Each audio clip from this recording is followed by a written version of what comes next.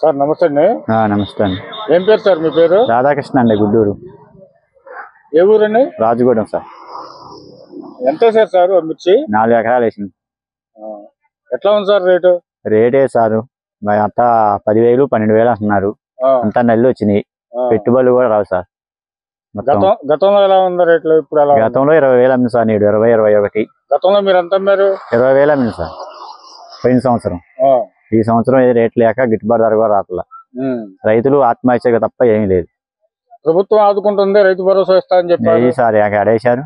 ప్రభుత్వం ఏదైనా ఆదుకోవాలా, ఆదుకుంటే రైతులు బతుకుతారు, లేకపోతే లేదు. అదే సార్. ఇంకా చెప్పండి మీ బాధలు ఏమన్నా? బాధ లేదు సార్, ఇదే గిట్టుబాటు ధర రావాలా. రైతులు లేకపోతే ఆత్మహత్యలు తప్ప రెండోది లేదు. కనీసం 20,000 మద్దతు ధర ఇవ్వాలి సార్. 20,000 మద్దతు ధర ఇస్తేనే గిట్టుబాటు ధర ఏమైనా రైతులు నిలబడతారు, లేకపోతే ఆత్మహత్యలు చేసుకోవటం తప్ప ఏమీ లేదు. ఇంతకు ముందు గతంలో ఎప్పుడు ఇటువంటి పరిస్థితి వచ్చిండు? రాలా సార్, 2020 కాడి నుంచి రాలా. గిట్టుబాటు ధర బాగానే ఉంది. ఈ సంవత్సరం మరి 10, 12, 13 అని కొనేది కూడా లేదు సార్. మొత్తం ఏది ఎవరు ఎక్కడ అయిపోయినా దళారీ వ్యాపారం.